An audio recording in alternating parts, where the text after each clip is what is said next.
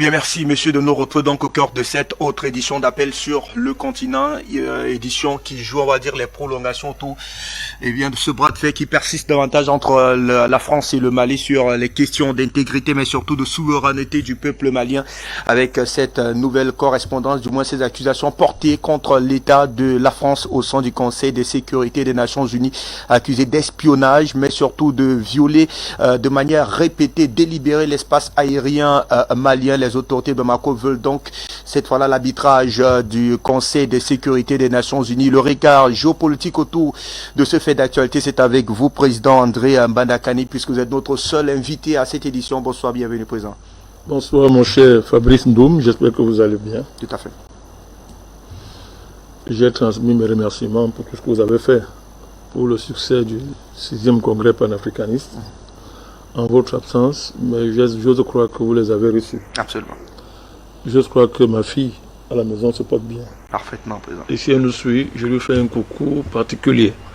Elle pour qui j'ai une attention particulière. Alors, je salue tous ceux qui sont attachés à cette émission. C'est une des émissions phares de notre télévision parce qu'elle est dédiée aux téléspectateurs. Tout à fait. Voilà, donc je les salue. Je salue les techniciens et mes encouragements qui doivent travailler très dur pour maintenir nos émissions à des niveaux de standards techniques appropriés. Et pour le reste, merci de m'avoir invité. Président, nous allons rentrer de plein pied autour de ce fait d'actualité. On ne vous a pas encore écouté sur cette actualité. Le Mali qui a donc porté des accusations au sein du Conseil de sécurité des Nations Unies sur la violation répétée, mais surtout délibérée de son espace aérien par les aéronefs, mais surtout les drones français. Pour beaucoup, c'est déjà qu'une victoire, davantage une victoire d'étape, que d'arriver à ce niveau de responsabilité de la part de l'État central de Bamako. Quelle lecture peut-on en faire, lecture géopolitique autour de ce fait d'actualité, Président Mbandakani? Premièrement, il ne faut pas tomber dans le piège de nos ennemis, comme je le dis toujours, en reprenant leurs éléments de langage. La géopolitique est, entre autres, essentiellement une affaire de maîtriser les éléments de langage et de savoir mettre chaque élément de langage à sa place. Parce que la désignation d'une situation est un facteur majeur pour déterminer l'issue des enjeux qui sont au cœur de cette situation. Donc, il faut corriger les éléments de langage. Ce n'est pas un affrontement France-Mali. Je suis désolé de dire ça parce que nous reprenons là, on reprend les éléments de langage. L'affrontement, ce qui se passe au Mali, c'est l'épicentre tectonique, c'est-à-dire extrêmement dynamique.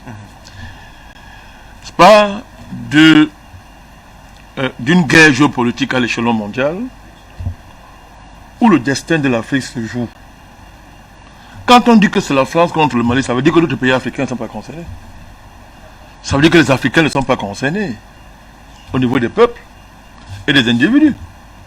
Ça veut dire que c'est une affaire qui regarde le Mali et la France. C'est faux. C'est faux parce que non seulement la France n'était que la face visible d'un iceberg géopolitique qui est l'OTAN, c'est-à-dire l'Europe qui est l'OTAN dirigée par l'État criminel terroriste qu'on appelle les États-Unis. Et que de l'autre côté, le Mali qui est en première ligne dans ce combat, c'est l'enjeu du Sahel et ses immenses richesses, mais aussi une porte d'entrée pour la recolonisation du continent africain. Donc il faut poser les termes sur la table tels qu'ils doivent être présentés. Ne pas prendre les éléments de langage. Donc vous voyez que quand on corrige ça, les choses sont claires. Les choses changent. Ça change. Donc c'est l'Afrique. C'est l'Afrique qui est en guerre contre l'OTAN. C'est de cela qu'il s'agit. Parce que le fait qu'on ait corrigé la France et la mettre pratiquement hors jeu, c'est pas hors jeu, même si elle a la capacité de nuisance, c'est évident, mais elle est pratiquement hors jeu, a fait qu'aujourd'hui, on est en face d'une accélération de ce conflit sahélien, de l'épicentre sahélien, qui met maintenant en première ligne l'OTAN. même si la France, pour des raisons historiques et des raisons propres à l'État français, paraît être en première ligne pour s'agiter, mais il ne faut pas rêver, le président français n'est qu'un petit agent, n'est-ce pas, de la pègre mondialiste internationale. C'est là qu'il s'agit. Alors ça change la donne. Donc, alors, si je me fie à votre titre, que risque la France? C'est pas la France qui risque. Elle risque en tant que gendarme, mais ses patrons risquent aussi. C'est pour ça que ce qui se passe à l'ONU, avec la plainte du Mali, au Conseil de sécurité, c'est un enjeu global. Et les pays africains doivent s'approprier tout ce dossier. C'est-à-dire, chacun à sa manière. Ceux qui aiment agir sans parler, qu'ils agissent sans parler. Ceux qui peuvent parler, qu'ils parlent, comme on est en train de faire ici. Et que les alliés du Mali, au niveau global, prennent leurs responsabilités. Parce que de quoi est-ce qu'il s'agit maintenant? Parce que vous voulez que je descende dans le fait. Fabrice Ndoum, qu'est-ce qu'on dit là que nous, ça fait 12 ans qu'on a commencé à dire ça ici. Ça fait 12 ans que nous, ici, on dit que le terrorisme est une création. Les terroristes sont une création, n'est-ce pas, des officines de la pègre mondialiste mondiale dirigée par l'OTAN. Et qu'à ce niveau, la France n'est qu'un petit sous-traitant de service qui, n'est-ce pas, en collaboration avec, en deal avec l'Arabie Saoudite, le Qatar, je ne sais pas, quelques Émirats, sous-traite, n'est-ce pas, dans le cadre d'une organisation globale qui vise à maintenir les Africains dans l'esclavage, pour ne parler que de l'Afrique, mais à maintenir la domination occidentale sur le monde. Donc, ça dit que c'est dans ça qu'il faut bien comprendre cette affaire. Nous l'avons dit depuis, nous avons dit que les terroristes ne sont c'est une création de toute pièce de ces gens-là. Nous avons convoqué des éléments, à défaut de notre voix, que certains ont voulu ridiculiser, mais allez voir Wikileaks. Wikileaks maintenant est public, hein. Wikileaks est public. On vous donne les noms, on vous dit comment tout ça a été créé, comment c'est fait, comment ça a été créé, comment c'est organisé. On va vous expliquer ce qu'on appelle une menace, non, ce qu'on appelle la nécessité géopolitique d'un ennemi. Un ennemi en géopolitique. C'est-à-dire que vous allez comprendre les fondamentaux de la géopolitique, c'est-à-dire qu'une puissance, par exemple comme les États-Unis, ne peut pas fonctionner s'il n'y a pas un ennemi. Si elle n'a pas réellement, elle en crée. Parce que c'est la contrepartie indépassable, nécessaire de sa toute-puissance militaro-industrielle et maintenant militaro-médicale, militaro-biologique, n'est-ce pas? Donc, pour se maintenir d'abord à l'intérieur, en termes de souder une cohésion, n'est-ce pas, entre cet appareil, cet état profond, qui travaille contre le peuple, mais qui doit faire croire au peuple qu'ils ont un même destin. Ce sont des fondamentaux. Donc, le terrorisme, quand la guerre froide est terminée et que l'Empire soviétique est tombé, il n'était pas possible pour l'Occident de ne pas créer un ennemi. Et l'ennemi naturel qui se prêtait à ce rôle, c'est le terrorisme. Puisqu'ils ont même commencé à le faire en Afghanistan et partout avant. Ils ont simplement généralisé, n'est-ce pas, un facteur géopolitique qu'ils avaient commencé à travailler dans des épicentres comme en Afghanistan et ailleurs, n'est-ce pas, et ailleurs. Donc c'est important de rappeler ça, que ça fait 12 ans que nous on dit ça, et dernièrement, quelques années, 1 ou 2 ans, le premier ministre somalien, Choguel Maïga, à qui nous souhaitons un prompt rétablissement, rapidement, il est important pour nous, monsieur le premier ministre, a dit que toutes ces choses-là sont documentées. Et les gens croyaient que c'était la blague. Il a dit que tout ça sont des choses documentées. Vous croyez qu'un État comme le Mali, dans la situation actuelle, va risquer sa crédibilité internationale en vous racontant des histoires que nous avons les preuves à la main sur l'ONU? Non. Parce que si le Mali rate ça, c'est sa crédibilité qui est engagée. Donc ce n'est pas un jeu. Tout ça a été bien documenté. Et on se rappelle, président Madakani, de la démarche de la Russie dans son opération militaire spéciale du côté de l'Ukraine. À un moment donné, la communauté internationale avait voulu, du moins avait convoqué le Conseil de sécurité des Nations Unies, une réunion d'urgence pour tenter d'incriminer la Russie. Et la Russie avait dit qu'elle avait documenté toutes ses actions pour permettre d'aller se justifier. Et on sait ce qu'il en est. Ce qu'il en est suivi, c'est que cette réunion n'avait jamais eu lieu parce qu'il s'était rendu compte que la Russie avait documenté toutes ses actions du côté de l'Ukraine. On est aujourd'hui dans un cas pareil du Mali qui a suffisamment de documents qui sont capables d'accabler aujourd'hui la France. Et la question de fond, c'est de savoir est-ce que cette réunion d'urgence du Conseil de sécurité des Nations Unies va avoir lieu. Mais le Mali a demandé une réunion du Conseil de sécurité. Le Mali a des partenaires au niveau global qui vont certainement appuyer sa demande.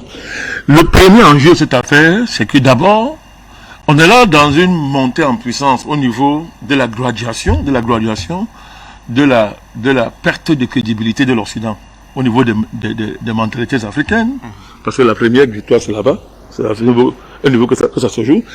Il faut achever le discrédit de l'Occident au niveau des populations africaines.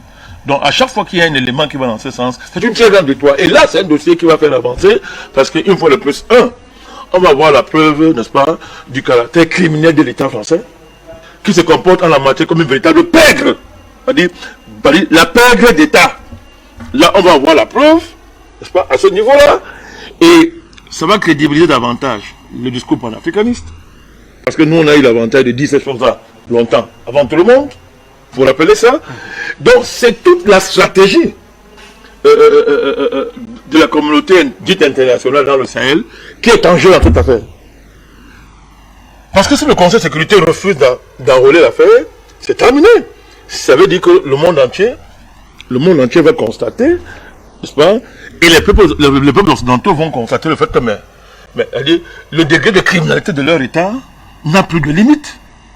N'a plus de limite. C'est là qu'il s'agit. Je ne rêve pas, il ne faut pas rêver. Hein.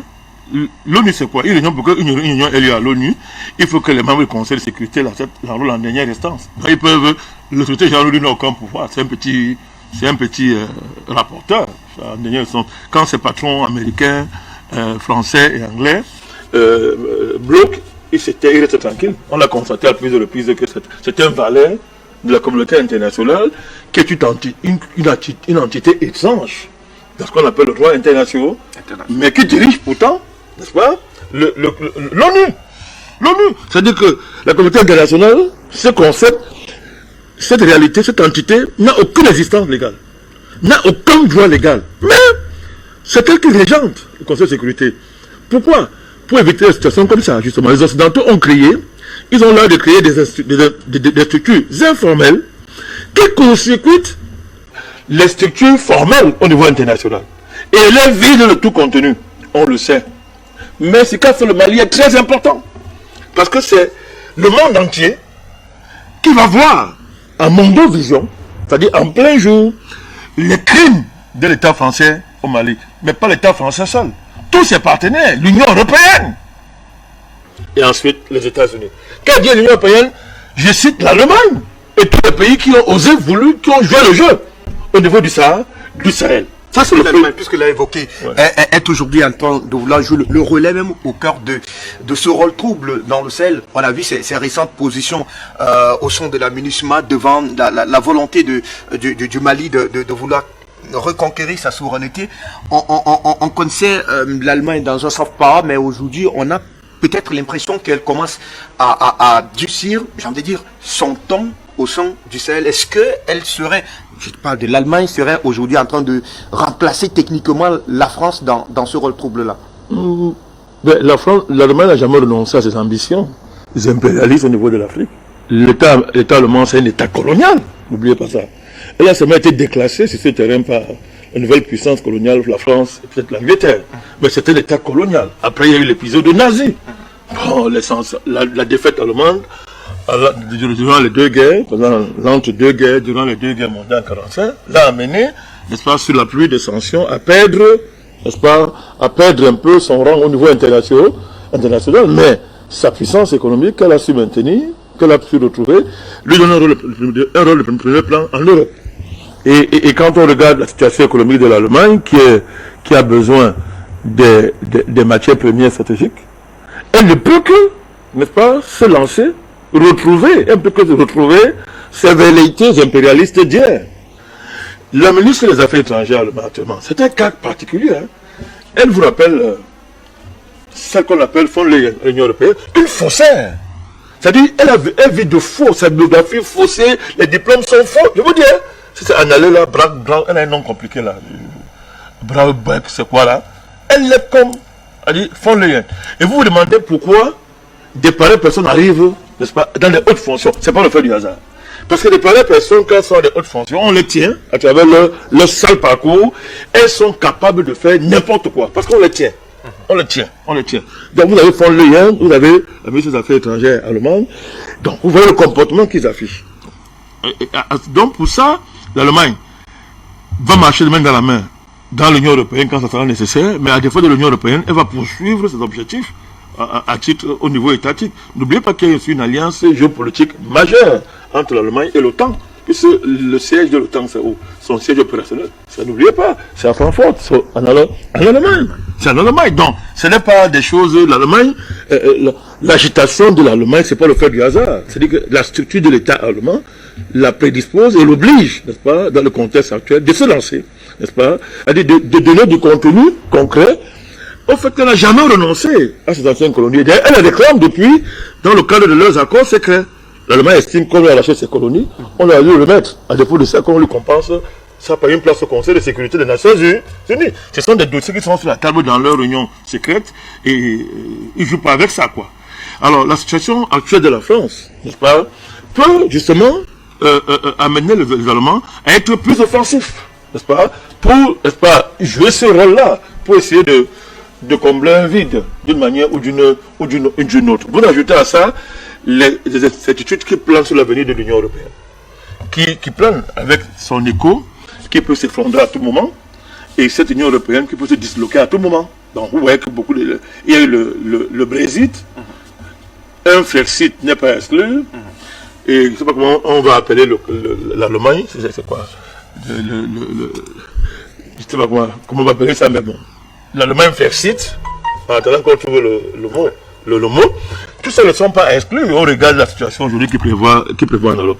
Donc ça c'était pour le premier enjeu. Le deuxième enjeu de cette affaire, de manière plus fondamentale, c'est que les alliances globales, n'est-ce pas, qui s'affrontent dans l'épicentre du Sahel, c'est-à-dire d'un côté l'OTAN et de l'autre côté l'alliance des BRICS et tout ce qui tourne autour, et de l'autre côté les accords bilatéraux directs qui lient le Mali à la Russie. Vous prenez cet exemple-là parce que, contrairement à ce que les gens pensent, la Russie n'est pas le seul partenaire du Mali, donc vont s'affronter. Et au niveau du Conseil de sécurité, c'est la Chine, c'est la Russie, c'est face à la communauté internationale autoproclamée, la France, l'Angleterre et les États-Unis. Alors, dans de pareilles situations, il arrive souvent qu'il y ait des négociations. C'est-à-dire que pour préserver l'essentiel. Alors, écoutez bien ce que je suis en train de vous dire. Je suis pas en train de dire que les négociations entre les puissances, dans un pareil contexte, la Russie, la Chine, s'il s'avérait qu'il y ait une négociation au niveau du Conseil de sécurité pour trouver une solution négociée, que ça serait une trahison. L'État malien veille très bien sur ces choses-là. L'État malien veille. Mais c'est une issue qu'il ne faut pas écarter. C'est-à-dire que quand une puissance est coincée comme ça au Conseil de sécurité comme la France, ils ont tendance à négocier, à dire que bon, ok, moi j'ai ça dans mon... j'ai ce caillou dans ma chaussure, mais toi aussi tu en as ici. Donc, essayons de voir ce qu'on peut faire. Je ne souhaite pas humilier dans cette situation. Ça, c'est un des scénarios. Mais dans ce cas, que gagnerait le Mali? Non, mais le Mali va gagner toujours. Parce que c'est le Mali qui a l'épreuve. C'est pas la Russie qui a l'épreuve. C'est le Mali qui a l'épreuve. Et c'est le Mali qui a engagé la procédure. Même si le Mali siège au sein du Conseil de sécurité. Bien sûr, c'est elle qui a l'épreuve. C'est dans la preuve. C'est elle qui a porté plainte. Donc le Mali doit gagner toujours. Elle a déjà gagné. Parce que c'est la première fois, ça fait très longtemps, ça fait bientôt des siècles, qu'on n'a pas vu un État africain arriver à ce niveau d'affirmation géopolitique, d'affirmation en termes de dignité, en termes d'indépendance, en termes de défense de ses intérêts. On est dans quelque chose de très gros, de très fort, contrairement à ce que certains courants africains veulent laisser croire. On fait l'impasse dessus, c'était rien. C'est une bombe historique qui était là devant nous. À tout point de vue, c'est un indicateur de l'accélération de la situation géopolitique en Afrique, dans le sens, n'est-ce pas, du basculement panafricaniste. C'est cela qui est au cœur de cette affaire. Donc, la France fera comment elle va faire? Parce que ça ne sert à rien de brailler.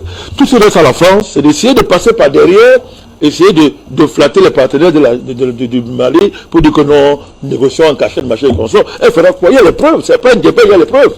Bon, même à l'heure actuelle, ne vous fiez pas à certaines apparences. Les Américains, par exemple, sont cet État criminel, j'aime préciser toujours, savourent, c'est-à-dire, ils savourent cette joie de liquider la France pour occuper tout l'espace. Ça, c'est connu derrière l'unité de façade qui est là, c'est que les Américains n'hésitent pas à liquider la France sur le terrain géopolitique en Afrique pour prendre les devants. C'est-à-dire que l'argent, n'est-ce pas, qu'on donne aux gendarmes.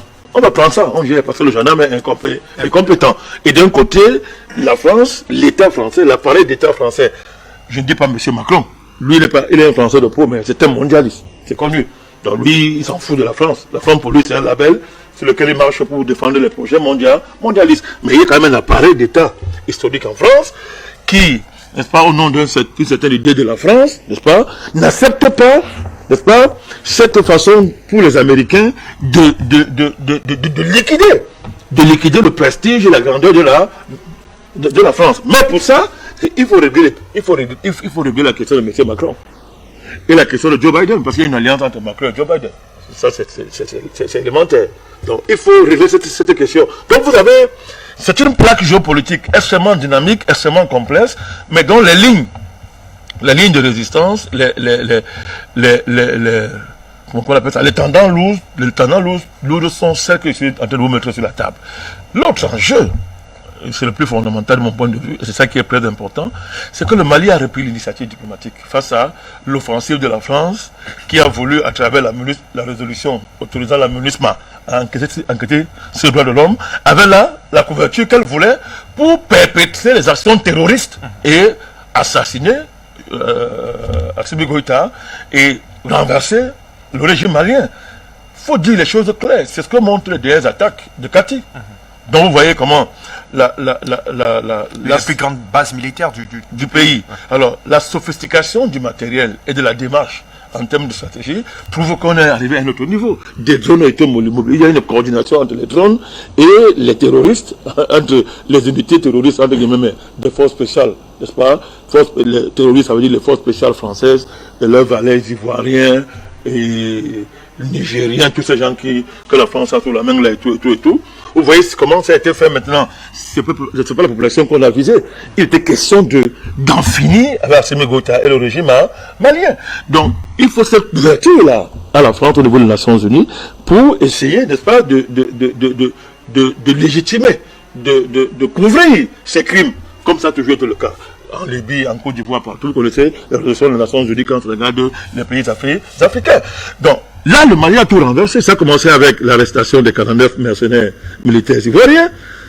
Et là, l'expulsion du porte-parole de la MINUSMA, je crois, c'était lui, on l'a expulsé parce que c'est un petit sauvageon, n'est-ce pas? Et maintenant, cette affaire où on va à l'ONU, le Mali passe à l'offensive à un niveau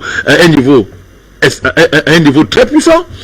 Dans un contexte même, il va être même difficile pour la France même d'essayer, je le dis, de négocier même dans le cadre traditionnel des négociations entre puissances et le Conseil de sécurité. Parce qu'à l'heure actuelle, la dernière nouvelle, c'est que Poutine considère que la France n'est pas un pays ami.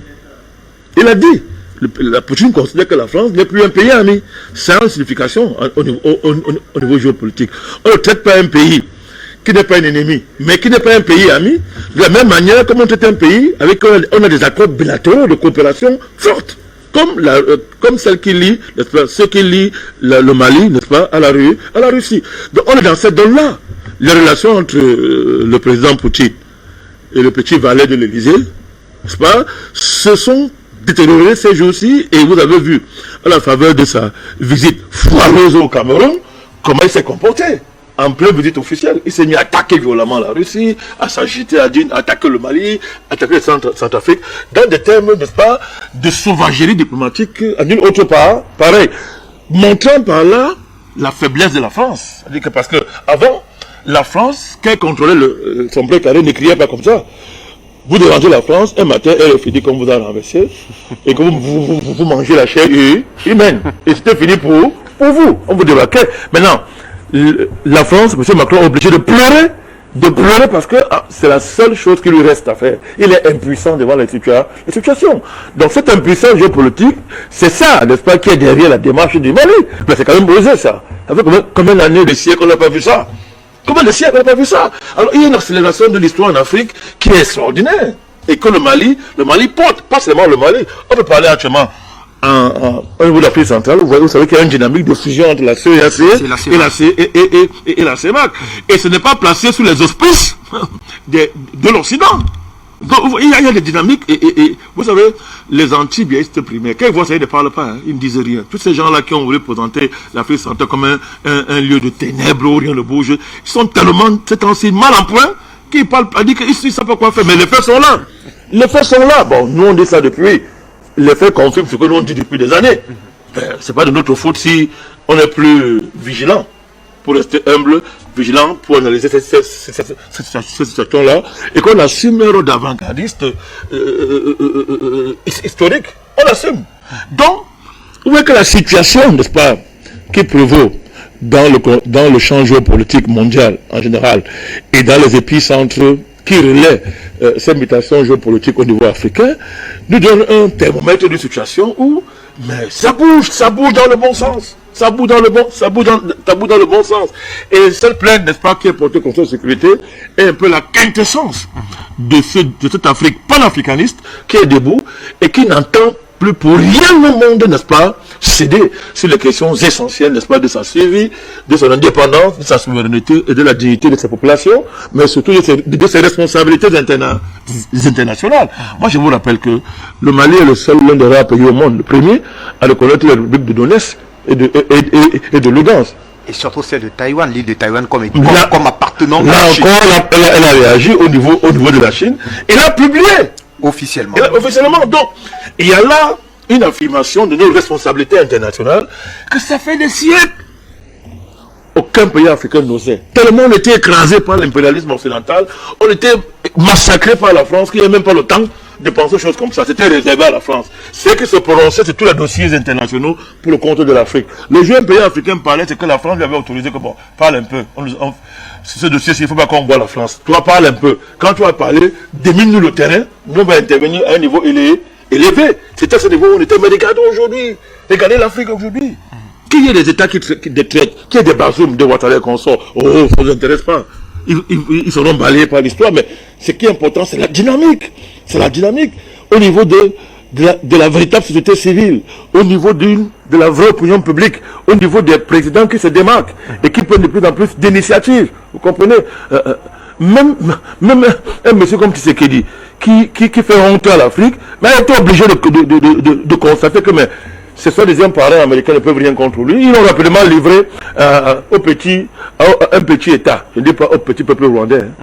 Petit État, pas le peuple rwandais, dirigé par Kagame, ce supplétif génocidaire, n'est-ce pas? Il a vu comment les Américains, on lui a dit que monsieur, on ne sanctionne pas le Rwanda. Et il a compris que le peuple a raison de commencer à faire des manifestations pour dire la Russie vient et il commence à ouvrir les yeux. Donc ça bouge, et c'est dans ce sens, c'est dans cette perspective qu'il faut inscrire ce dossier au Conseil de sécurité. Donc résumons-nous rapidement. Il ne s'agit pas de rêver. Nous n'avons jamais dit que l'ONU est un endroit où on rend justice. C'est l'organisation criminelle à distinguer des membres de l'ONU. Attention. Quand on dit que l'ONU est une organisation criminelle, nous parlons de l'ONU en tant que structure fêtière. Nous ne parlons pas des États qui en sont membres. Les États criminels de l'ONU, on les connaît. C'est la France, les États-Unis, ce sont l'Angleterre. Voilà les États criminels de l'Union européenne, de l'ONU et leurs supplétifs. Mais nous parlons de l'ONU. C'est une organisation criminelle parce qu'elle est aujourd'hui au cœur de tous les complots contre le continent africain. Des complots d'une grande intensité criminelle. Oui, c'est de la criminalité de haut niveau, l'ONU. Alors, donc, on n'attend pas de l'ONU qu'elle dise la vérité, qu'elle fasse de la justice en ce qui concerne l'Afrique. Mais c'est un théâtre. Je veux dire quoi? C'est une plateforme qui a une portée symbolique majeure au niveau de la résonance en termes d'universalité qu'on lui a fabriquée, qu'on lui a donnée. Et à ce moment-là, le Mali fait très bien, en termes de sagesse diplomatique, d'aller agiter, vous comprenez, d'aller agiter cette plateforme qui revendique l'universalité. Eh bien, tu es universel, ok. Voilà donc, voilà, toi qui n'aimes pas le terrorisme, voilà donc un membre du Conseil de sécurité qui est pris en flagrant délit de propagation, n'est-ce pas, de formation, d'entraînement, n'est-ce pas, de protection des groupes terroristes. Voici la preuve. Alors nous, on va regarder l'ONU. Vous savez que le dossier ukrainien a montré la face du monde que cette organisation est dépassée par les événements. Absolument. Et aujourd'hui, pour exister, monsieur le secrétaire général de l'ONU, ils sont obligés de louvoyer entre de la Russie, ils louvoient. Et bon, maintenant, elle existe encore parce que les puissances, dans leur combat géopolitique, ont besoin de l'utiliser encore pour un temps. Mais bientôt, mon cher Ndoum, lorsque les avancées géopolitiques vont entrer dans la phase d'une irréversibilité opérationnelle, vous allez voir que les jours de ce machin sont comptés. D'ailleurs, la Russie a été claire. Il faut un veto au Conseil de sécurité pour l'Afrique. C'est pas notre position. Hein. Nous, on ne veut pas un veto pour l'Afrique. Parce que nous, on veut un veto. Il faut réformer ce machin, tous les pays. Mais il faut que l'ONU soit une organisation démocratique. Pourquoi on nous dit que la démocratie est une bonne chose? Et à l'ONU, il n'y a pas de démocratie. Il y a les grands États, il y a les petits. Un pays, une voix. Cette affaire de conseil de sécurité est dissoute complètement, parce qu'elle ne sert à rien. Elle est dissoute et on la réorganise dans le sens de la mettre en cohérence avec les enjeux nouveaux du monde. Vous comprenez ça? Mais c'est déjà un pas que la Russie dise, soit en premier lieu pour dire que monsieur, nous on demande un droit de veto pour le continent africain. C'est la seule puissance du Conseil de sécurité qui le dit. C'est la seule. L'Occident ne l'a jamais dit. Même la Chine n'a pas encore dit. La Russie dit qu'il faut un droit de veto. Mais il y a plus, mon cher Fabrice, la Russie a dit que nous allons équiper les armées africaines d'armes de pointe. 1. 2.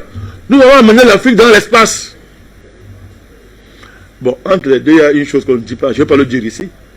On va doter les Africains des armes stratégiques, décisives. C'est pas de la philanthropie, non. Non. Je l'ai dit ici, fatigué, que la civile de la Russie l'oblige à construire des alliances globales qui correspondent à sa vocation géopolitique. Et l'Afrique est le continent qui, par excellence, est le meilleur partenaire naturel de la Russie. Donc, convergence d'intérêts, je l'ai dit ici, qui aboutit donc au plan géopolitique et au plan géomilitaire, donc au plan stratégique, n'est-ce pas, à cette nouvelle donne géopolitique et géomilitaire, cette nouvelle donne stratégique. Ceux qui font de la géostratégie comprennent quand je parle de stratégique. C'est-à-dire quand on dit stratégie, on est au niveau de l'équilibre des puissances au niveau mondial. Au niveau militaire, à l'échelle mondiale. C'est ça qu'on appelle les questions stratégiques. Vous comprenez un peu. Donc, vous voyez qu'on arrive à une situation où, mon cher ami, la Russie comprend que pour sa survie en tant qu'État, il ne s'agit pas seulement de sécuriser une profondeur russe, même en Ukraine. Il est question d'équilibrer la puissance dans une nouvelle donne mondiale sur le plan géomilitaire qui fait que l'Afrique soit désormais dans le rang des puissances stratégiques. C'est ça que ça veut dire. Mais ça, c'est une révolution au niveau de la scène stratégique mondiale. C'est une révolution. Et je dis encore, allez prendre le soin de lire les documents de géopolitique russe. Vous allez comprendre que ce n'est pas un jeu, que ce n'est pas une affaire, que l'activation de cette vieille alliance historique entre la Russie et les pays africains, ce n'est pas un jeu. C'est le sang désormais de la géopolitique mondiale et permettra de liquider les chaînes des esclavagistes occidentaux sur l'Afrique et de renouveler le monde.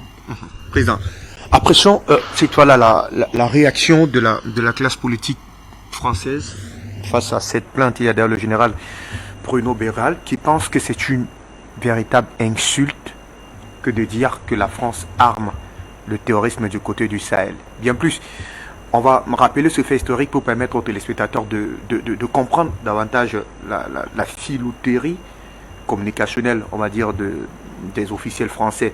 Sur le cas de l'intervention en janvier 2013, ils disent d'ailleurs que si la France n'avait pas intervenu, vous connaissez très bien ce fait historique, les djihadistes étaient allés jusqu'à Kona, qui est à 53 km de Mopti. Rien ne pouvait les arrêter si ce n'était l'intervention de Sévéra, je me souviens très bien, pour sauver l'État central de Bamako. Là, on sait bien qu'on connaissait les alliances qu'il y avait entre l'État central français et un certain Ibrahim Boubacar Keïta de regretter mémoire aujourd'hui. En quoi est-ce que cette plainte du Mali constitue une insulte à la voix de la France? Ils ont raison. C'est plus qu'une insulte. C'est un déshabillement. Il ne peut pas seulement dire ça. C'est que ce sont des mots codés pour dire que c'est un jour de deuil. Et après, ils le disent, au regard, disent-ils, des sacrifices consentis au Sahel. On parle de 53 soldats français qui seraient décédés dans cette guerre de libération du Sahel. Et donc, pour eux, dire aujourd'hui qu'ils n'ont pas accompagné clairement le Mali dans cette guerre-là, paraît comme une véritable insulte. Vous vous rappelez, à la veille des indépendances, les leaders nationalistes patriotiques qui revendiquaient les indépendances, en se référant aux idéaux universalistes mis en scène depuis la constitution de la Société des Nations, pour ne prendre que cette référence, on peut citer les références occidentales qui servent d'habit à leur impérialisme, comment on dit ça, les conquêtes anglaises pour les libertés, Bill of Rights, habeas corpus, la patrie la déclaration des droits de l'homme et du citoyen, n'est-ce pas, et jusqu'à la déclaration d'indépendance des États-Unis, jusqu'à l'avènement de la Société des Nations, et même enfin de l'ONU en 1948. Mais avant ça, les révolutionnaires haïtiens, Toussaint Louverture et ses compagnons, ont instrumentalisé justement la déclaration des droits de l'homme, n'est-ce pas, les droits de l'homme et même les avancées, les révolutions anglaises pour poser le problème des esclaves. Vous comprenez ça? Donc, alors, quand les Africains faisaient ça dans les années 60, si on prend ça pour référence, c'est que les Français, les Belges, les Anglais, tous ces gens-là répondaient que vous êtes ingrats, que vous n'êtes pas digne de reconnaître les bienfaits de la colonisation. Non, vous apportez les lumières de la civilisation et pour seule récompense, vous demandez de partir. Et ce même discours a été tenu par M. Emmanuel Macron à Yaoundé. Là, il traite les Africains d'hypocrites. Vous avez tout compris. C'est une tradition. Pourquoi vous en voulez à ce petit général? C'est un petit militaire. C'est un petit militaire qui exécute les ordres. Si on le dit le contraire, demain il va dire non. C'est un exécutant, non? Et c'est le petit militaire. Il faut toucher on est là dans les plaques fondamentales. Les plaques fondamentales de la structure. J'allais même dire quasi génétique, n'est-ce pas? Génétique du raisonnement des puissances occidentales à l'égard du continent africain en particulier. C'est-à-dire que ils ne comprendront, n'acceptent jamais.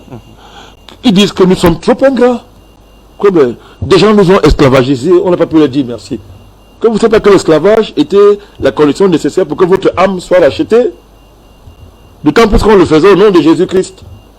Le christianisme colonial, vous vous dites tout à fait. Donc, comment est-ce que vous ne pouvez pas nous dire merci? Parce que l'esclavage a permis que la rédemption de vos âmes. Mais la colonisation, c'était la mission civilisatrice. Comment vous êtes aussi ingrat? C'est un discours qui n'a pas changé, qui est le même. Depuis au moins 600 ans. Fabrice, donc, si on prend l'esclavage pour référence. C'est un discours qui est le même. C'est-à-dire que nous dit tous les jours, frapper les Africains en disant qu'ils sont ingrats. Les culpabiliser qu'ils ne sont pas reconnaissants envers les souffrances, les sacrifices extraordinaires du colon, de l'esclavagisme, du néocolonialisme et du Tintin qui est à l'Élysée qui est venu nous dire que nous sommes hypocrites. Donc, c'est le même discours. Donc, ce général-là, vous voulez qu'il dise quoi? Il est moulé dans ça. Il est moulé dans ça. Et deuxièmement, qu'est-ce que vous dites? Un de ses prédécesseurs a dit que nous venons au Mali pour 100 ans. Vous pouvez le trouver son nom, vous allez voir. Quand on est là pour 100 ans, on est venu, la première fois on est venu, on est parti, cette fois-ci on ne bouge pas. C'est un militaire qui parle. Vous voyez comment ils sont moulés. Ils sont moulés dans l'esprit colonial, dans l'esprit du fascisme impérialiste. Ils sont moulés dans ça à fond.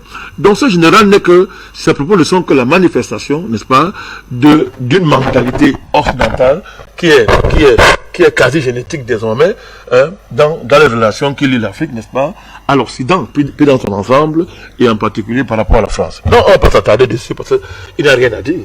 Il n'a rien à dire. Il parle de sacrifice vous voulez qu'on lui rappelle le traitement que les militaires africains qui sont allés libérer la France ont eu? On va lui rappeler Tcharoy. On va lui rappeler Tcharoy. On va lui rappeler le racisme au niveau même du traitement. C'est-à-dire qu'en termes de solde, des anciens combattants. C'est-à-dire, on va leur rappeler quoi? Comme, regardez-moi les gens qui parlent d'injures. Mais Quand il parle d'injure, il faut attendre ça dans le sens qu'ils sont en train d'expliquer. L'injure, c'est qu'ils ne comprennent pas comment nous sommes si ingrats en ne disant pas merci pour l'humanité, en plus qu'ils nous ont apporté en nous colonisant, en nous esclavagisant. C'est-à-dire, quand ils pillent nos richesses, quand ils pillent nos ressources, ils nous font du bien. Donc on doit dire, mais merci, parce que nous ne maîtrisons rien dans ces ressources-là. S'ils laissent, ça va pourrir dans le sol, parce que nous sommes des inconsistants, nous n'apportons rien à la technologie, à l'aventure technologique mondiale, nous n'apportons rien. Donc, pourquoi on peut revendiquer la matière première? C'est grâce à la technologie, n'est-ce pas, que les matières premières ont de la valeur. Tout ça, ce sont des présupposés non dits, mais qui sont au cœur de leur action. Il ne vous dira pas que depuis que la France s'est installée au Mali, elle est une première puissance en termes d'or qu'elle ne produit, qu'elle n'a pas dans son sous-sol. Il ne dit pas que la France vole les mines. Vous allez voir dans les jours qui viennent, les vérités vont sortir. C'est le pillage, quand M. Le Drian, qui est désormais un véritable brigand, n'est-ce pas? Quand M. Le Drian, on espère que la plainte va aller au bout contre lui. D'ailleurs, qu'elle aille au bout ou pas, le fait est déjà là. On lui a porté plainte au Mali, il a dit qu'une plainte au Mali. Donc, quand M. Le Drian, comment est-ce que je voulais dire ça? J'ai perdu le fil de mes cités. Quand M. Le Drian dit que la Russie se paye sur la bête. Non, c'est-à-dire, il remplace la Russie par la France. C'est ce que la France a toujours fait. Donc, dans sa tête, il est traumatisé, il pense que non, la Russie se sert sur la bête. Mais ils ont passé le temps à se servir sur la bête. Alors, ce général-là, il réclame quoi? C'est parce que le militaire qu'on est obligé d'être un idiot. C'est parce qu'on a un général militaire qu'on est obligé de fermer les yeux, de tuer sa conscience, parce qu'on défend un État impérialiste, même pas son peuple, mais un État impérialiste. Donc, il raconte quoi? Donc, la France s'est toujours payée sur la bête. Alors, il ne faut pas accuser la Russie dans les fantasmes. La France, il y a les preuves. Il y a le franc CFA. C'est quoi le franc CFA? C'est pas le paiement direct sur la bête. Monnaie nazie. Les accords secrets de coopération, c'est quoi? Voilà les preuves. Quand on dit que la Russie se sert sur la bête, apportez les preuves. Il est normal que les pays africains qui traitent dans un partenariat sérieux, solide et égalitaire avec la Russie, disent que bon, ok, ta présence ici, en retour, nous donnons ça. C'est normal. Mais c'est pas pareil avec le franc CFA, monnaie nazie. C'est pas pareil avec les accords secrets, on a honte de les publier, secrets de coopération qui ont longtemps lié la France à ses colonies, n'est-ce pas, où les sous-sols sont confisqués par la France, où on vous a interdit de vendre, n'est-ce pas, les matières premières de votre sous-sol à un autre pays sans autorisation de la France. Ce sont des faits. Vous comprenez? Alors, ce ne sont pas les entreprises russes qui ont colonisé l'espace économique africain. Du tout. Ce sont les multinationales françaises et occidentales. Ce n'est pas la Russie qui a voté une loi, mon Dieu, en plein 21e siècle. Et là, je convoque l'État criminel néo-nazi américain, n'est-ce pas? Ce n'est pas la Russie qui a voté une loi qui nous interdit, nous, Africains, de coopérer avec les Américains. De coopérer les Russes. Non, quand je dis les Russes, je suis dans une démarche. Je dis que les Russes n'ont pas voté une loi pour dire qu'on interdit aux Africains de coopérer avec leur partenariat. Absolument. C'est un État terroriste qu'on appelle les États-Unis qui, en plein 21e siècle, ose voter une loi, écrire, penser, élaborer une loi, élever ça au niveau d'une politique étrangère qui nous interdit, nous, Africains, de collaborer avec qui on veut, de traiter avec la Russie, se prendre des sanctions, mais pendant que les Américains, eux, ils collaborent avec la Russie en pleine guerre d'Ukraine, ils achètent l'uranium chez les Russes, les céréales et beaucoup d'autres choses, n'est-ce pas? Et il n'y a pas de problème. Donc, vous voyez très bien qu'il ne s'agit pas de raconter des histoires, il faut apporter les preuves de ce qu'on raconte. Il faut apporter les faits. Ce ne sont pas les Africains, ce n'est pas le Mali, n'est-ce pas, qui organise le mercenariat au niveau international, qui a élevé le mercenariat au niveau d'une pratique internationale, n'est-ce pas, qui crie sur tous les toits pour citer les entreprises de mercenaires qui sont liées à l'Occident. Ce sont les Français qui matin, midi, soir, crient Wagner, comme si, elle dit Wagner, matin, midi, soir, alors que, mais, elle dit que ceux qui ont pratiquement, comment on dit ça? Ça dit que légitimer sur le plan quasi juridique l'existence des sociétés militaires privées, mais ce n'est pas la Russie qui a inventé ça, c'est les Occidentaux. Tout à fait. Donc vous voyez qu'on est dans une posture d'hypocrisie de manipulation, on l'a dans les opérations de programmation neurolinguistique. Ce sont des programmes qui sont pensés, élaborés au niveau de la CIA, et ils sont mis en œuvre dans des pareils champs d'opération comme ceci. Quand vous voyez un général vous dire ça, vous voyez que c'est le jeu? Non, on a la programmation mentale. C'est-à-dire qu'il faut toujours répéter. À force de répéter, on allie le soft power et le hard power pour nous imposer une idée. Les médias versent des bombes médiatiques, un déluge de bombes, n'est-ce pas, en termes d'information qui visent à programmer vos esprits, n'est-ce pas? Ils sont dans ces programmes-là. Bon, comme ils ont stéréotypé, ils sont simplement surpris parce que ce n'est plus l'Africain qui est en face d'eux. Et comme ils ne sont pas préparés, c'est un anachronisme même qui nous surprend nous-mêmes. On se rêve à dire que mais, comment les gens comme ça même peuvent nous dominer? Tellement ils sont même bêtes. Comment des gens aussi bêtes ont pu nous dominer? C'est-à-dire aujourd'hui quand on se place, quand on regarde le comportement des gens occidentaux, on dit que dans la fainéantise aujourd'hui, mais quand on parle les gens, on dit que non, peut-être la canne insulte. Suivez les médias français à l'heure actuelle, les médias européens, ils disent tout ce que leurs dirigeants, ils disent que mais, partout, ils se demandent que mais, comment a-t-on pu faire pour être dirigé par des gens aussi cons? C'est-à-dire que l'analyse des sanctions imposées à la Russie, qui se retournent contre l'Europe aujourd'hui, n'est-ce pas? Et ils sont obligés la nuit d'aller acheter le pétrole russe. La nuit. En mer, on transfère le pétrole des bateaux russes aux bateaux européens pour alimenter l'Europe. Et le prix est 2 fois plus cher. Le prix est 2 fois plus cher. Donc vous voyez que, ça dit que les Européens se demandent de plus en plus que, comment peut-on expliquer le fait que von Leyen soit une dirigeante européenne, que M. Macron soit un président d'un pays en Europe, qu'on ait des dirigeants comme ça, les Trudeau et consorts, ils se posent des questions. Hein. Et du coup, nous aujourd'hui on se demande que, attends, quand même, qu'est-ce qui s'est passé pendant 600 ans, si on prend ça pour référence? Comment des gens comme ça on peut le dominer? Mais ils sont même pas intelligents. On se rend compte qu'aujourd'hui, mais attendez, il n'y a rien. Les gars ont des programmes arrêtés, ça n'a pas bougé depuis des siècles, sur l'idée qu'on se fait des Africains. On applique les mêmes méthodes, les mêmes stratégies, et ça a marché. Maintenant, ça ne marche plus. Et comme eux-mêmes, ils ne sont pas prêts à un nouvel type d'Africain, ils sont perdus. Donc, vous voulez que ce général dise quoi? Donc, à sa place, vous allez dire, vous voulez qu'il vienne vous dire que, bon, le Mali, vous avez raison, nous avons fait ce que vous dites là, excusez-nous, ne pas dire ça. C'est la fuite à l'avant jusqu'au bout. D'accord. Président, il y a un élément commun qui lie toutes les opérations françaises, du moins la MINUSMA sur le continent africain.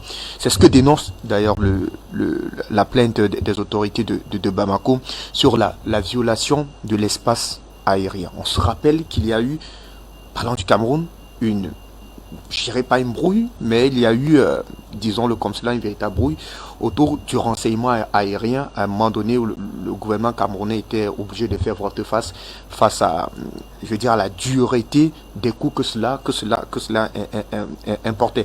Aujourd'hui, le cas du Mali, le Mali qui fait face donc à ces violations répétées de son espace aérien. Dans la résolution lors de la dernière Assemblée générale, lors de la dernière réunion du Conseil de sécurité des Nations Unies, lorsqu'on a renouvelé le mandat de la MINUSMA, il était désormais question pour la MINUSMA de travailler en étroite collaboration avec les autorités de Bamako.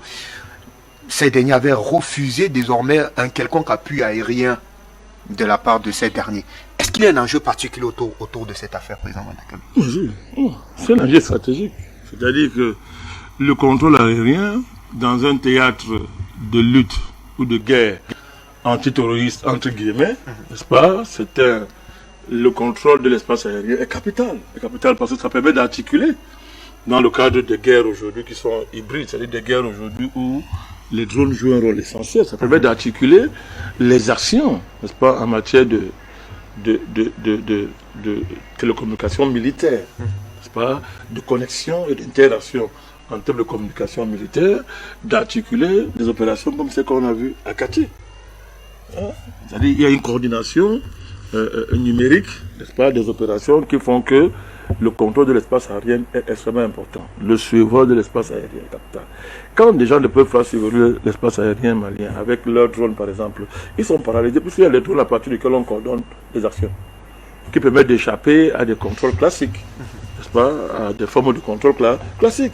Donc, vous avez des drones qui sont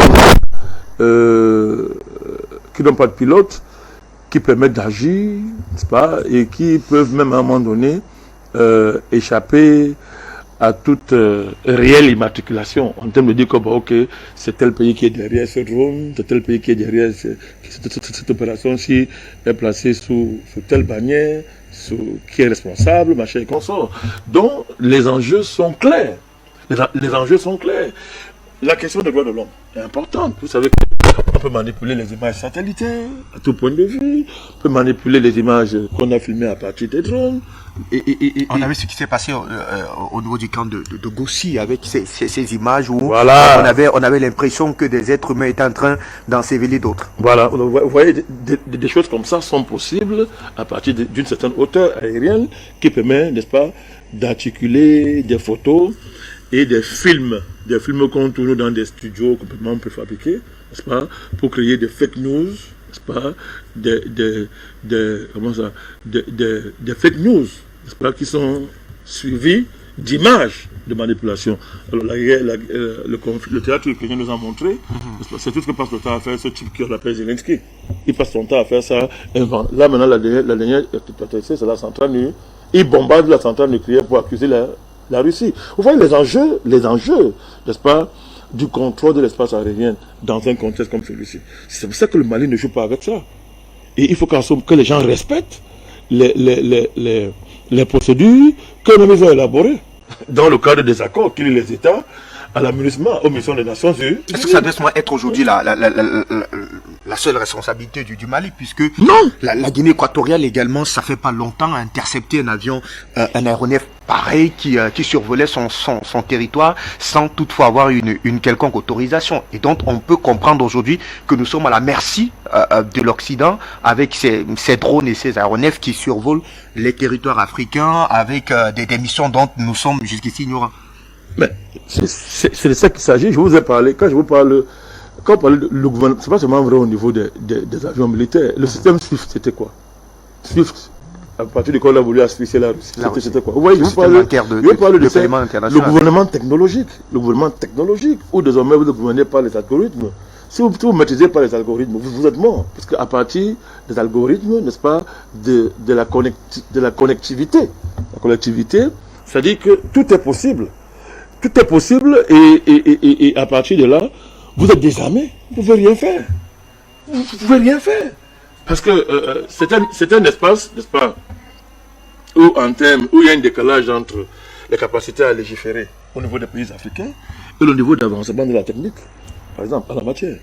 Donc, si même un pays africain veut légiférer, il va légiférer sur la base de quoi? Lui qui n'a pas une bonne maîtrise, n'est-ce pas, en termes de maîtrise de l'évolution technologique en la matière, si on prend le cas des drones. Donc vous voyez comment il y a une espèce de coordination digitale et numérique du monde qu'on est en train de mettre en place dans le but justement d'entrer dans ce qu'on appelle la data démocratie, c'est-à-dire la data dictature, qui est la maîtrise des données. Alors maintenant, si à ce niveau-là, vous ne maîtrisez pas les données, parce que vous êtes faible au niveau de ce qu'on appelle le gouvernement numérique, vous êtes faible au niveau de ce qu'on appelle justement le gouvernement numérique, le gouvernement digital, mais c'est-à-dire que vous êtes à la merci. L'enjeu est profond, là. L'enjeu est profond. C'est pour ça que nous appelons depuis très longtemps à ce que les Africains s'asseyent et relisent tout l'ensemble du droit international. C'est de cela qu'il s'agit. Je ne parle même pas de la bataille numérique, de la cyberguerre. Parce que c'est de cela qu'il s'agit. La cyberguerre où nous sommes complètement, n'est-ce pas, largués. On n'existe même pas. C'est-à-dire que, aujourd'hui, mais le cyberspace est un champ de guerre extraordinaire, à partir duquel on peut désarticuler une armée, déstabiliser un pays en un temps record. Vous n'avez qu'à voir l'impact des réseaux sociaux dans les pays africains. Et à ce niveau, observez une chose. Si, au niveau des réseaux sociaux, les États africains sont comme ils sont là, c'est-à-dire qu'ils ne s'intéressent même pas en termes stratégiques, mais vous retrouvez avec des contenus dans les réseaux sociaux qui sont complètement contrôlés par vos ennemis. Parce que Facebook, YouTube ont le droit de censurer quiconque dit un mot qui ne plaît pas. Et les États africains laissent faire. ne comprennent pas qu'ils doivent se battre à ce niveau-là pour la protection de la liberté d'expression de leurs citoyens. Vous dites une chose, mais ce que fait Facebook, c'est impensable.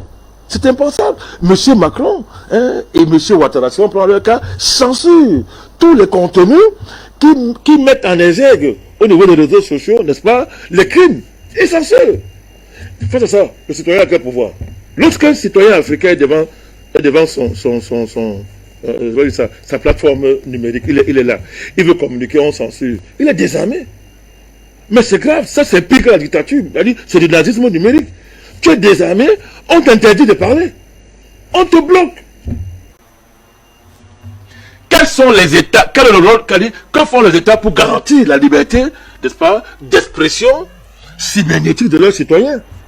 Mais il y a un enjeu de guerre extraordinaire à ce niveau parce que on peut publier les manipulations mentales, les fausses informations, ça se joue là-bas. Vous comprenez? Donc, les enjeux, c'est vrai pour les réseaux sociaux, mais c'est vrai au niveau, n'est-ce pas, de la circulation des drones, et la gestion de l'espace aérien.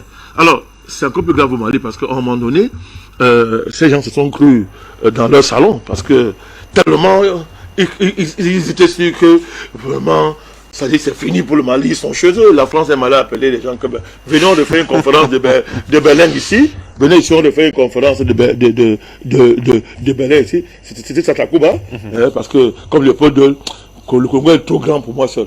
Donc si je ne vous le fais pas vite, même par jalousie demain, vous allez vous le tourner contre moi, vous allez vous unir contre moi pour qu'on partage le butin. J'anticipe, venez, on se partage le Mali. Quand vous regardez le cas de Barkhane, mon chef Fabrice, comment permettre que dans le Sahel, une ville militaire soit créée pratiquement par la France, mais quand vous regardez les tonnes de matériel, les hectares que le Barkhane occupait, mais vous vous demandez que, mais attendez, mais on vient de loin. Mais si quelqu'un peut nier que Dieu existe, mais il a un problème. Là, on voit la main divine. Là. On voit la main divine sur le théâtre du Sahel, mais c'était une ville militaire. Barkhane, c'est une ville militaire. Et les Français sont en train de transporter sur leur tête une ville militaire. Ils vont au Niger, ils vont partout. Bon, à fond, on va les chasser partout. Ils vont s'écrouler sur le poids de leur ville qui porte désormais sur leur tête. Mais comment vous admettez que... comment on a pu faire tout ça? Et les Africains étaient là et les gardiens. Vous voyez les enjeux. Donc, et du coup, ils survolaient le Mali, l'espace du Mali comme ils voulaient, ils survolaient le Sahel comme ils voulaient. Ils ne comprennent pas que, mais on vient de dire que monsieur, désormais, pour bouger ici, il faut une autorisation. Non, il faut l'autorisation. Ils ne comprennent pas. Mais pourtant, ce sont les tests, et c'est les conventions qui le disent. Donc, l'enjeu, il est là. Donc, la France a manœuvré à l'ONU, donné un mandat à l'aménagement pour faire les enquêtes, pour couvrir justement, au nom d'aller faire les enquêtes, les déplacements des drones, on va aller enquêter, machin, et d'habitude c'est toujours un général français qui est le patron de l'aménagement. Vous voyez ça? Donc les enjeux sont clairs et l'État malien a bien fait d'être extrêmement vigilant. Et l'histoire, pour ne pas dire Dieu, qui veille, n'est-ce pas, sur le monde désormais et qui désormais est un acteur majeur de changement dans le monde pour ceux qui ont la foi. Ceux qui ont la foi, vous voyez que moi j'articule tout ça. Pour ceux qui ont la foi, vous voyez comment on a fait un plan pour renverser le régime malien. Le plan se retourne contre ceux qui l'ont mis en œuvre. Que ce soit l'affaire des 49 mercenaires militaires ivoiriens, que ce soit les attaques de Kati, que ce soit le mandat de la MINUSMA que la France a exigé pour aller faire des enquêtes avec ces ONG de la pègre qu'on appelle ONG internationale. Tout ça est en train de se retourner aujourd'hui contre la France, mais plutôt en faveur du Mali. Alors, puisque le renseignement aérien va donc clairement être terminé pour la France, est-ce qu'on peut voir cette recrudescence des actes terroristes qui avait floraison depuis un mois revenir à une dimension la plus simple possible? Non, il ne reste que la France qu'à activer ces terroristes. C'est ce qu'elle va faire. Parce que vous voulez qu'elle fasse quoi? Elle va faire ça. Et puisqu'elle elle le faisait, si on s'en tient au communiqué du ministre Abdoulaye Diop, de ses positions aériennes pour mieux orienter ces terroristes. Est-ce que maintenant qu'ils n'ont plus ces informations-là, est-ce qu'ils seront plus, ils seront plus assez vulnérables? Oui, ça va avoir un impact. Évidemment, ça va avoir un impact. Moi, j'appelle ça l'articulation au niveau de, on appelle ça, de leur stratégie militaro-terroriste. C'est-à-dire que articuler les attaques terroristes avec le mouvement des drones. Oui, moi, vous dites de l'enseignement militaire, moi j'appelle ça comme ça, mais on dit la même chose. Et vraiment que ça va avoir un impact. Mais ils vont essayer de trouver d'autres astuces. Par exemple, dans la région de Trois Frontières, à partir du repli de Barkhane au Niger, ils vont lâcher les terroristes pour agir en désespoir de cause. Je dis bien en désespoir de cause. On parlait s'asseoir, dire que c'est fini. Non! Non, non, les Français sont dans un... Ils ont d'ailleurs annoncé l'escalade terroriste au Mali après le départ de Barkhane. Mais tout à fait, c'est-à-dire, ils annoncent le plan qu'ils vont faire. Mais, comme je l'ai dit, le régime malien est solide. Ils l'ont démontré avec l'affaire de Kati, l'attaque de Kati. L'État a dit aux Maliens d'être tranquille. La situation est sous contrôle. Et les vérités sortent. On les a pris, on a pris des terroristes, on a pris des forces spéciales, on a attrapé tous ces gens-là, on les a arrêtés. Ça a échoué. L'affaire des 49 militaires, on les a accueillis comme excusez-moi du mot, comme des porcs. On les a accueillis comme des porcs. Et aujourd'hui, ils sont jugés. Et aujourd'hui, le Mali est en train d'apporter au Conseil de sécurité des Nations Unies la preuve que la France est derrière les terroristes. Alors, et ça, c'est la dimension tactique. Dans la démarche de le régime malien. C'est la guerre, hein? C'est la continuité de la guerre. L'affaire d'apporter les preuves au Conseil de sécurité, c'est pas seulement une affaire diplomatique, c'est la guerre. Parce que, à partir du moment où la France, dans le désespoir, va relâcher ses chiens terroristes, pour justifier, pour démontrer à tout prix que Barkhane était nécessaire, mais le Mali a anticipé et a apporté une action militaro-diplomatique, j'appelle ça comme ça, on le voit au Conseil de sécurité pour dire que, vous voyez, voici les terroristes, voici le vrai chef des terroristes, voici celui qui couvre les terroristes, voici celui qui est derrière les actions terroristes. Ça casse un peu la stratégie française. La France est à l'étroit. Pendant qu'en plus, en même temps, les populations sont dans la rue au Niger. Pour dire qu'on ne veut pas de Barkhane ici. Je veux dire qu'ils vont transporter leur ville militaire sur leur tête. Hein. Ils vont finir par s'écrouler sur leur propre ville. C'est de cela qu'il s'agit. Parce que les populations au Niger sont en train de dire on ne veut pas de Barkhane ici. C'est pas une personne, ce sont des milliers de gens dans la rue. C'est pas un mouvement qui va s'épuiser, contrairement à ce que pense la France. Et là encore, ça met sur la table la nature de l'État nigérien et celui qui le dirige, M. Bazoum. Les ennemis de l'Afrique, qui trahissent aussi, d'une manière aussi grossière, le continent. Une honte, M. Bazoum. Ça pose encore ce problème-là. Donc, la France est à l'étroit, vous comprenez? Et vous savez, moi je vais vous dire une chose. Ils n'ont pas le monopole de la gestion des drones, des renseignements militaires par drone. Ils n'ont plus le monopole. L'État malien s'est préparé. Au nom de l'Afrique et pour l'Afrique, l'État malien s'est préparé à des capacités militaires aujourd'hui qui lui permettent de surveiller son territoire, de surveiller son espace aérien. Alors maintenant, le Mali a dit, désormais nous allons défendre notre espace aérien, y compris en abattant ces drones-là. Vous comprenez? C'est pour ça que j'arrive dans la boue de cristal, parce que oui, c'est pour ça qu'on va à l'ONU. C'est là le nœud gordien. Mais bien sûr. Si jamais les avions militaires français sont abattus au cœur du Sahel, sinon au Mali, est-ce que on va pas monter un cran dans ce conflit? Mais je l'avais dit depuis, vous vous souvenez ici, j'ai dit ici que l'État malien doit se préparer à la guerre. Je l'ai dit. À la guerre, ça va être, la guerre est là, c'est même pas un débat. Mais quand on l'a dit, c'est pour que l'État malien se prépare. Mais la France sait très bien que si elle déclenche une guerre contre le Mali, elle ne s'en sortira pas.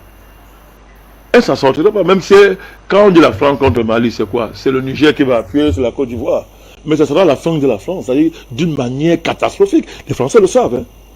Ils le savent. Donc, si le Mali abat un drone français sur son territoire, qui va venir reprocher au Mali d'exercer la souveraineté de son territoire? Qui?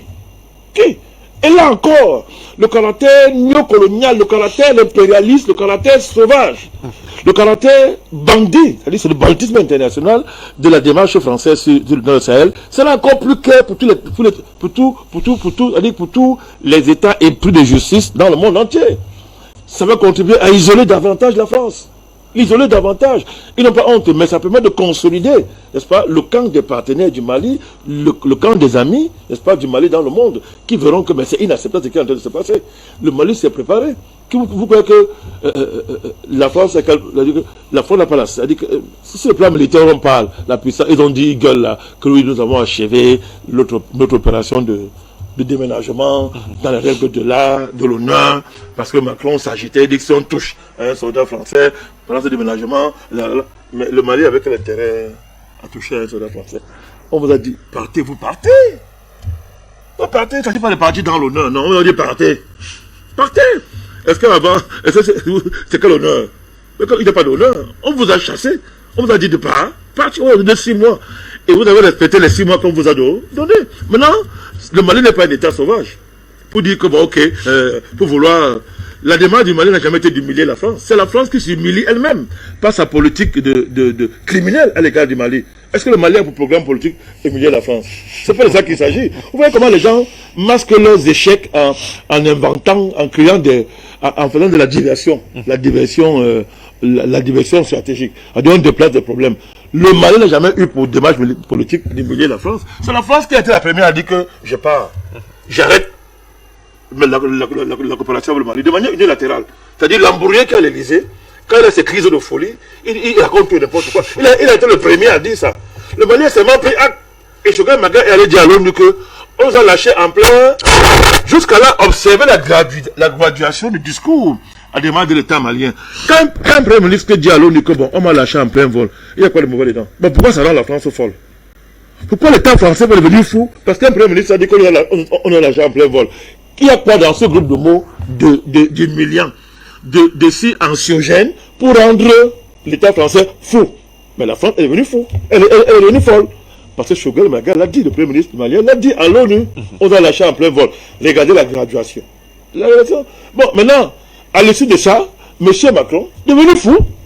Fou! Comme son ami Zelensky, on ne sait pas ce qui les rend fous. Hein? Ou bien ce sont des prises, bon, hein?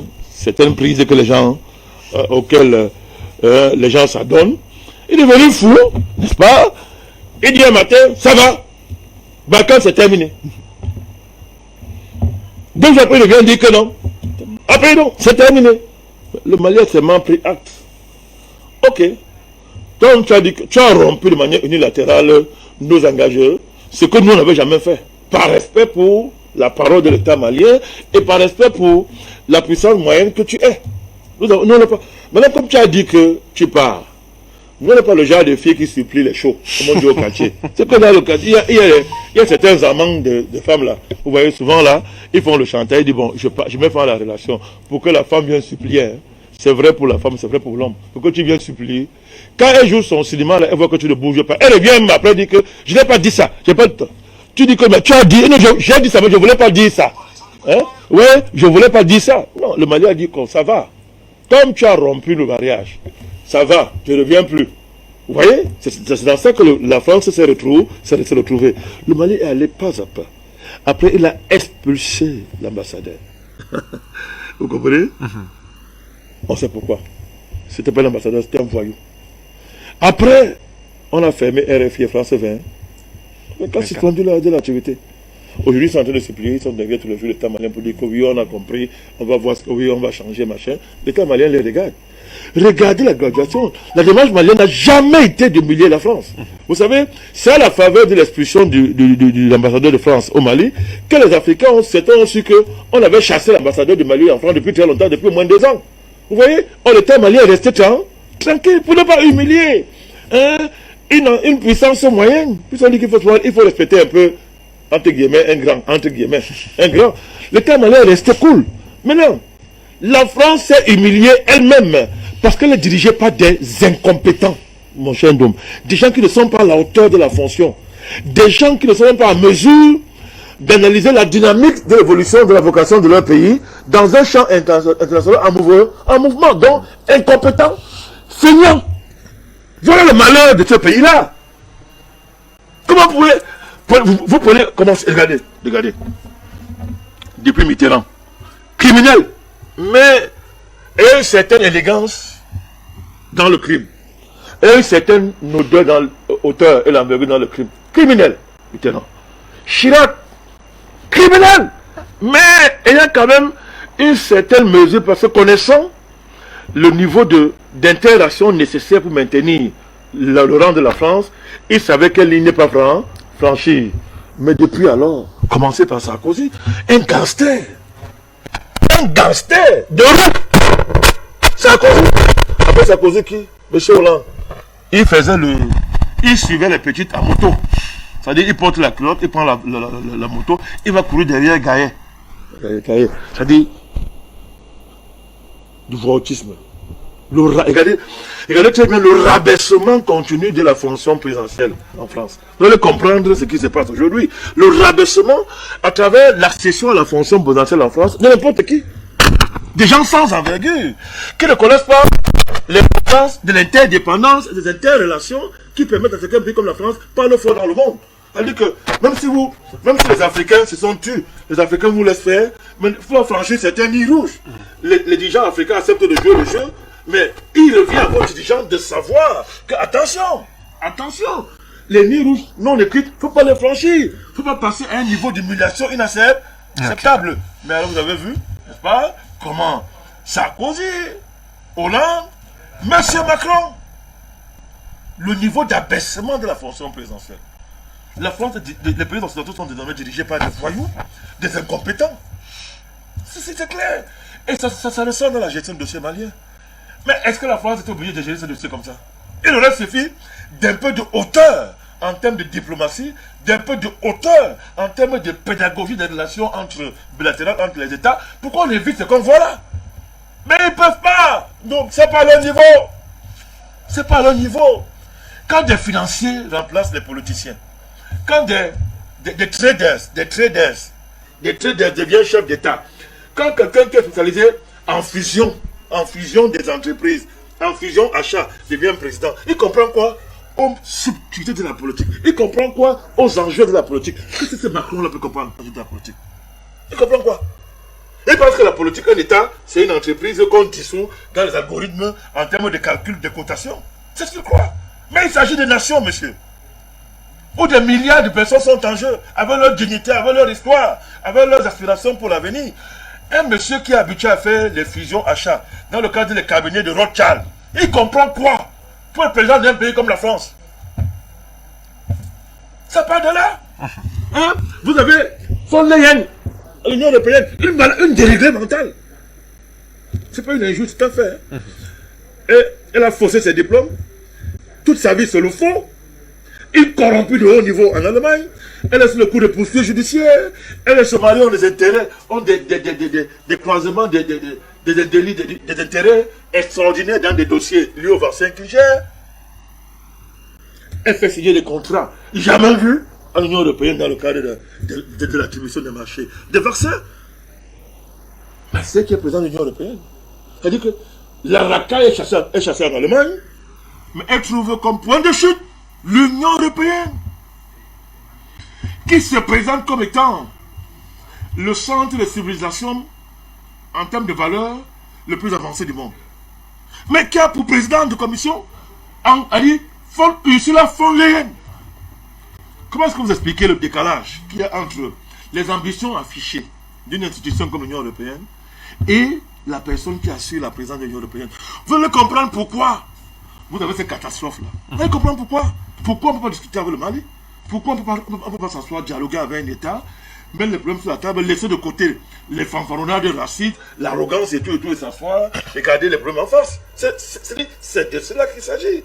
Et à ce niveau-là, n'est-ce pas, vous avez en face des dirigeants maliens, très dignes, qui savent où ils vont, qui respectent les engagements internationaux. La preuve, le communiqué public, où le Mali dit à ses partenaires que je paye mes dettes. Tout à fait. Si je n'ai pas payé, c'est parce que M. Macron et l'Union européenne ont donné l'ordre à leur valet de la CEDEAO de me mettre sur en bas. Maintenant que c'est levé, je paye vos dettes. Tout à fait. Vous voyez comment les militaires gèrent bien? Tout à fait. Comment ils sont sérieux en face? Ils ont des gens qui connaissent même pas ce qu'on appelle un engagement bilatéral. Au point où un petit garçon vient rompre une relation bilatérale, comme ça, sur la base de ses crises de nerfs, comme ça, en plein jour, et après il est surpris, après il se plaint. Il pleure partout que le Mali, hein, c'est une junte, n'importe quoi. C'est de là qu'il s'agit.